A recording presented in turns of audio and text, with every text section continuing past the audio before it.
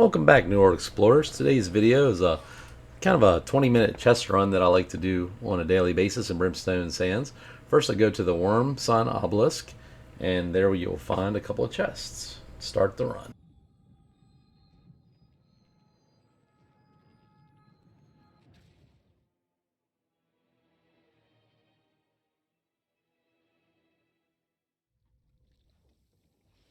Alright, first you travel to the Wurmsign Obelisk, and there's a small chest outside of there, and then also your first large Glyph Chest.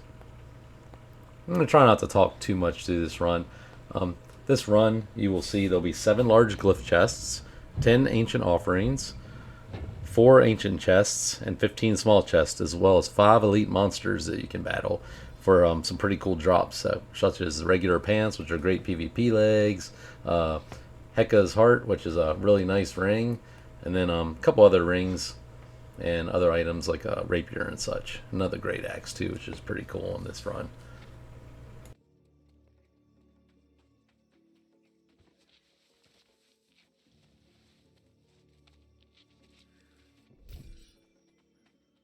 Each area we go to, I'll put how many of each chest are in the area. I'll number those out for you so you can see, in case you want to skip one of the areas or such.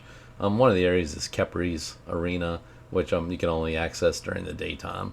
Usually Khepri's been killed by a group that's doing one of the world tours. Usually before they go into Heliopolis, they'll kill Khepri. So usually that's empty. You don't have to worry about that mob. Next place we go is Cradle's Rest, fast travel point, and Heka's Cauldron, where you'll find, at nighttime, you'll find the NM Heka, which has an 8-minute repop and is really easy to solo up there because there's no ads.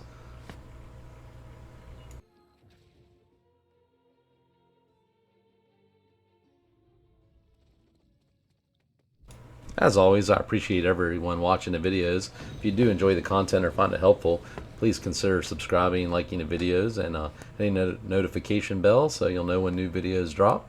And I appreciate it very much.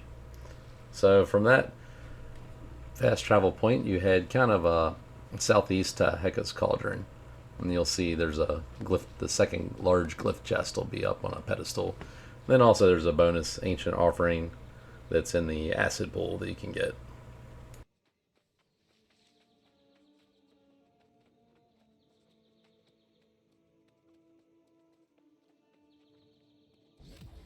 Earlier in the run, I popped on my Voidbent armor, hopefully to get some good luck, and I think on this chest I do get something pretty nice. We'll see here. This is the second large glyph chest. Yep, golden scarab. So that's sweet. That's about 3,000 to 4,000 gold on most servers. I don't get one of these every day when I run this route, but every couple days I get at least one. And then here you'll find at nighttime you'll find the NM Heka, and it drops those pretty cool legs and then a nice ring as well. Also some brimstone, some sulfur nodes there around it.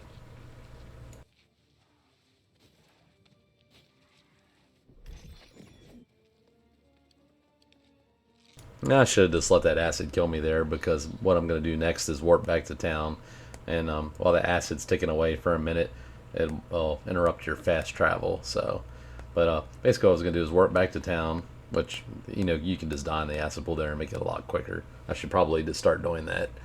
But normally I don't get the acid burn, so I don't have to worry about it. But if you do get the acid burn, you can check to see what you've gotten so far, and then also there's a bunch of herbs right around that you can harvest for 30 seconds or so before you warp back to town.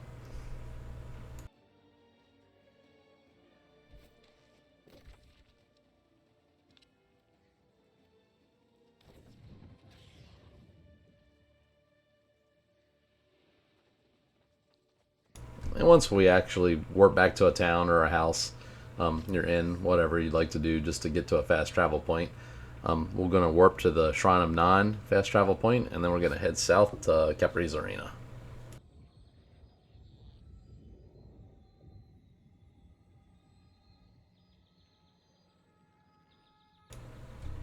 And if you happen to have any other alternative routes or things that can be added to this route that are close by, that way we don't make the route too long. It's about 20 minutes right now, give or take. If you skip one of the chests I'm going to show up here soon, it's about 18 minutes. And if you don't get the acid burn and mess around, you might save another minute. But if you have any other routes, or you want to add anything to it, or maybe some chests that I actually missed, possibly some small chests or something that I missed, just let us know in the comments, and hopefully we can start a nice conversation and help the community out with some added routes.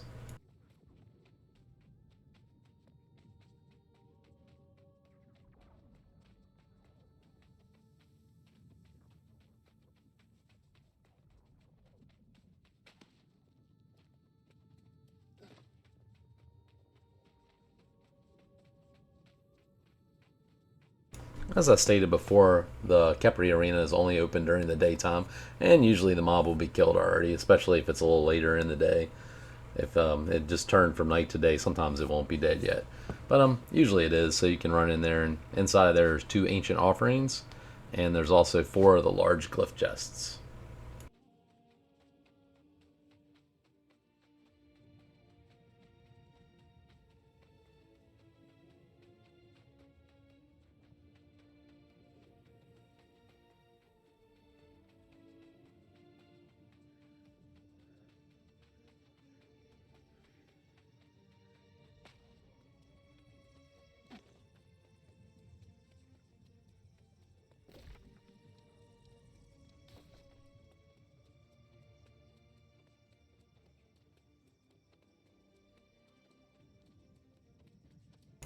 And of course, to enter this arena area, you will need to have came in here with a group at least at some point when they killed Khepri, and then you could grab the glyph in the middle. That way you can open the chests. And like I said before, this is only during the daylight hours. And then, of course, up kind of where I was at before, where Heka's Cauldron was, if you keep going to the east of that, there's another arena if you haven't done any of these before, that has the NM Scorpio in it. And that's a nighttime only. It also has a glyph in there, and then 1 large chest.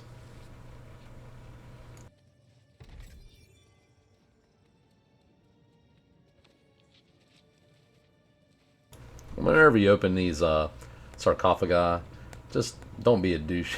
Kill the mobs, because sometimes people will just, a lot of these videos I've watched, people will just run behind it real quick, and then sometimes there'll be 4 or 5 of the mobs there, and a new player comes along, they can be killed pretty easily if they're not paying attention. It's not a big deal if you're experienced or you have a high gear score and decent gear, but it's never fun for someone newer to go through and do one of these runs and then just get killed constantly for no reason.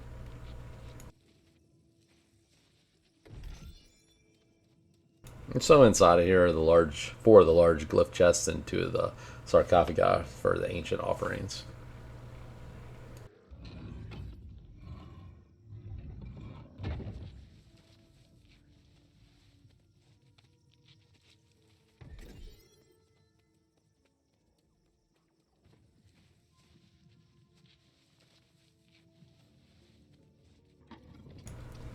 This is also an excellent way to increase gear score, because you're going to get tons and tons of weapons and armor. I think whenever I'm done this route, I'll show you guys what all we got, but it was like 25 or 30 of each weapons and armor. So also a couple furnishing pieces. I think ended up with close to 100 of each of the crafting regions. 4 or 5 different schematics for furnishing and for cooking. Some provisions. A couple of the small chests have provisions in them, so some cooking ingredients, and then a few things such as jewels, and got a couple pieces of gear that were right around 600, so umbral shards. And it's really cool because every once in a while you'll get lucky and you'll get a nice 600 legendary piece of gear, and sometimes they'll sell well in the auction house.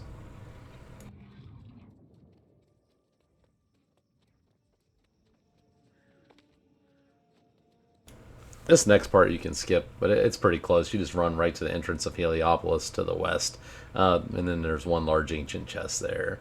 But you'll have to kill 2 archers and a reaver, so if you want to skip that, you'll save yourself a couple minutes. But I'm right there, so I'll go ahead and get it. And I got lucky, and I got an ancient Bane Trenchant Recovery Warhammer that I just picked up off the auction house for like 5,000 gold. I couldn't believe somebody was selling it. Then I added a lightning gem to it, so to do the extra damage to ancients, so I can actually run in here and I can kill those first 3 large monsters and get that glyph chest as well. But not something you typically can do without some sort of trenchant recovery weapon.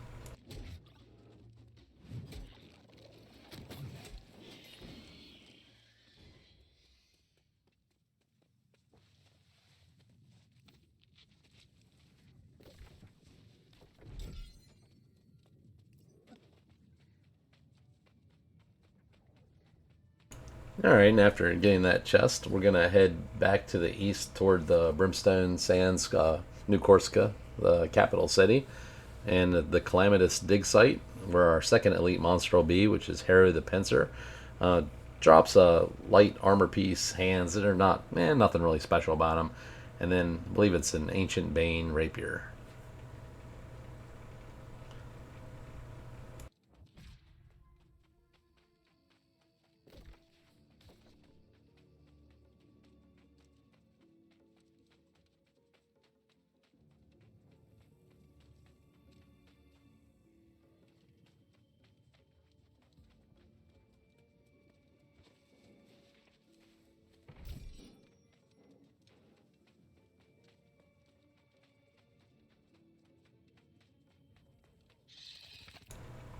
So in this area, there's actually 6 of the ancient urns, the small chests, so you can get a lot of crafting regions here.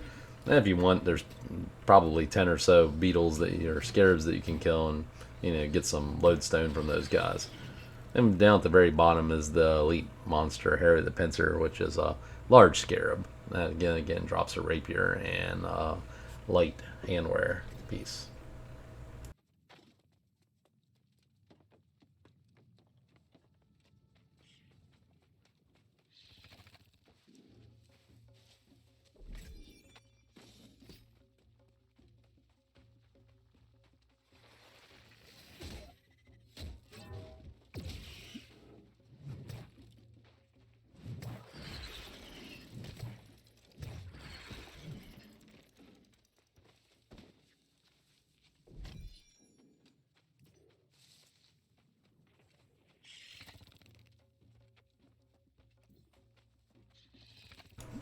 And even though this is a super easy solo route, you can take a friend along and make it even quicker. You can really destroy these elite monsters, and maybe there's something that you or a friend need that drops from one of these guys. Like I said before, we have Heka the Crossroads, Harrow the Pincer so far, and then we have 3 more elite monsters to come on the route.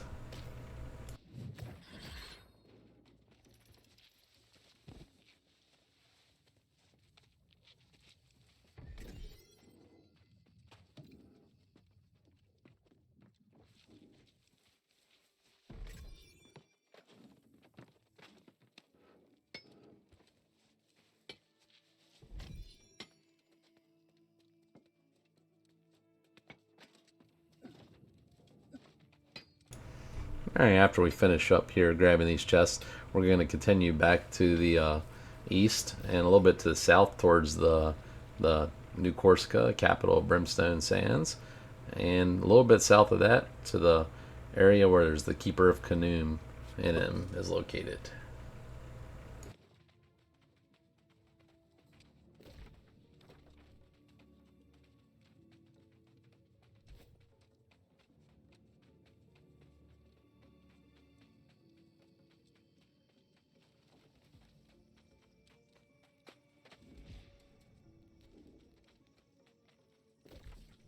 Right.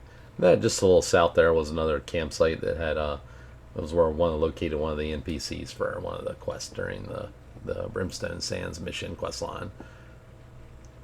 On this way here, off to the left, there's a bunch of herbs if you want to stop and mess around and get those, and I believe like 2 ironwood trees right outside the city.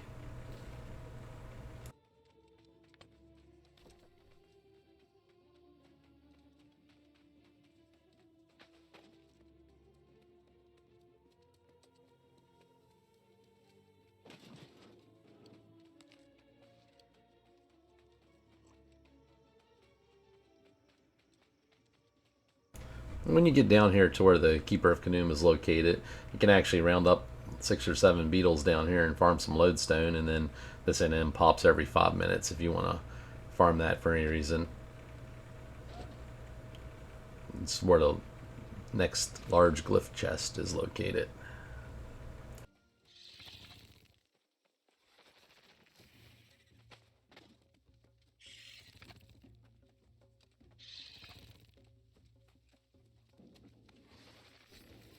Keeper of Khnum is also on a 5-minute repop. He's fairly easy.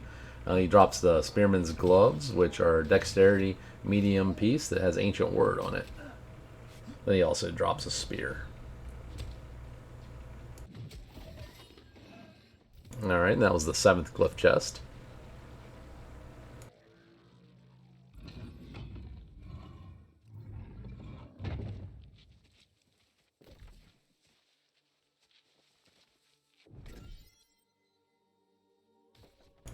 Now we're going to warp back to a town or an inn so that we can fast travel to the Nomad's Temple fast travel point for the final leg of our journey.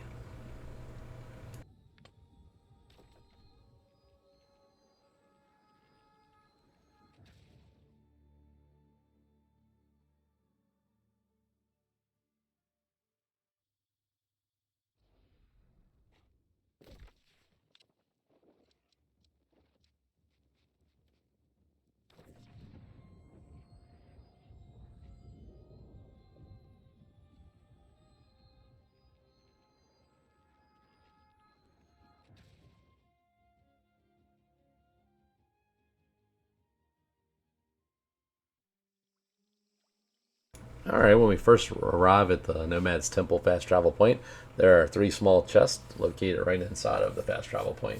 So we'll get those, and then we'll head kind of to the north and the east a little bit, toward the Temple Hankushi.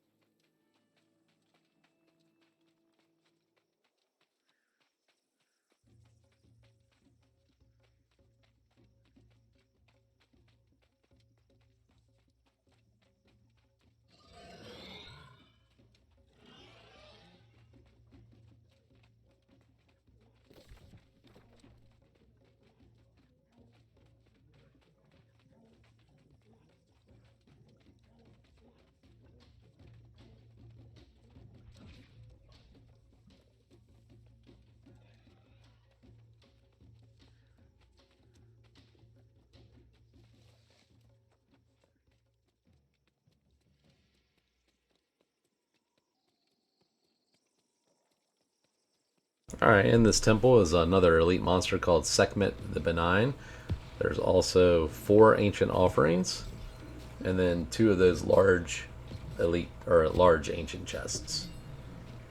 And you can see I teamed up with somebody here that was already fighting, so it makes it really easy. Plus, a lot more fun when you got somebody around to hang out with, maybe talk to. Sometimes the game gets a little boring because nobody's really doing anything, but pretty cool to just meet up with somebody every once in a while.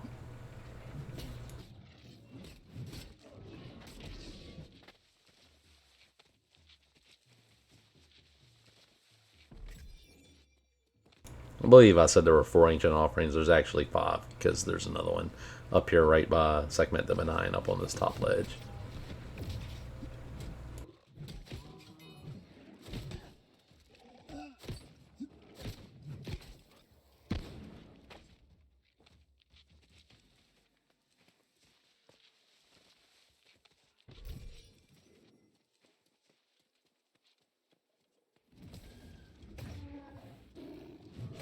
Alright, Skhmet the Benign is actually the 4th notorious monster on this route. It drops a corrupted Bane Great Axe and a pretty nice healing ring with a healing bonus and focus on it.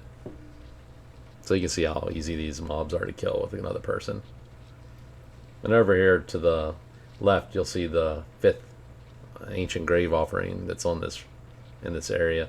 And you'll see behind of it, this is the reason why I say you should kill the mobs, because after we pop this open, I think there's like 5 or 6 back there already. And if you're a new player, you're not paying attention, it can kill you pretty easily. So, and that's pretty lame. It sucks whenever you go up there and you get killed, because somebody was too lazy to hit left click on their freaking mouse or right click on their mouse 2 or 3 times.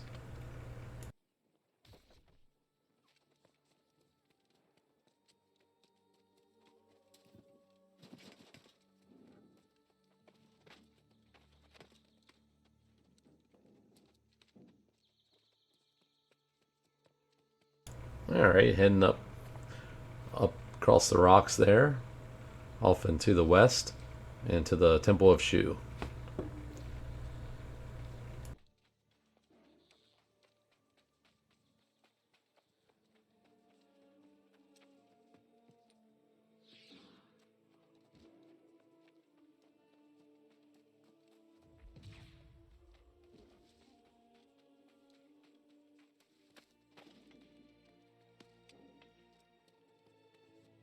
So before we enter the temple, we've got small chest number 10 there, and then just up here where that guy's running is small chest number 11. Then we'll head inside the temple, and there'll be another elite monster named Aloris of the East Wind, another one of the cat elite mobs.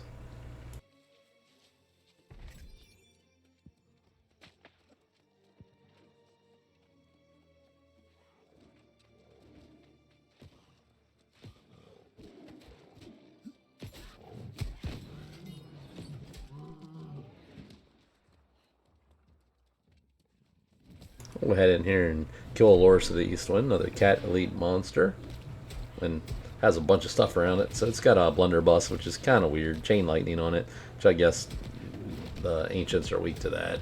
But it also has strength and dexterity on it for some reason. Instead of strength and intelligence would actually make it pretty nice. Then there was a ring that was pretty much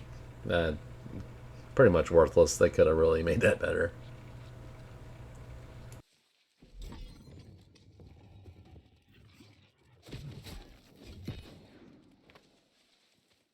And so inside of here you've got the 4 small chests, and then 2 of the ancient offerings, and then 1 of the larger elite chests.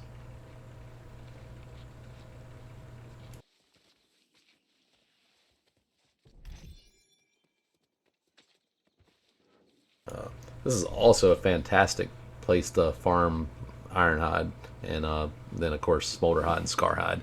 You can make pretty good gil, or I mean, wrong game, Final Fantasy 11 gil. Pretty good gold in this area. I think I actually have videos for all these elite monsters on my channel, so if you subscribe and check those out, I'll show you different tips on how to kill the things a little easier, and then other things you can do to make gold while you're in the area. I think I got a couple thousand ironhide while I was farming just for to get the 2 items.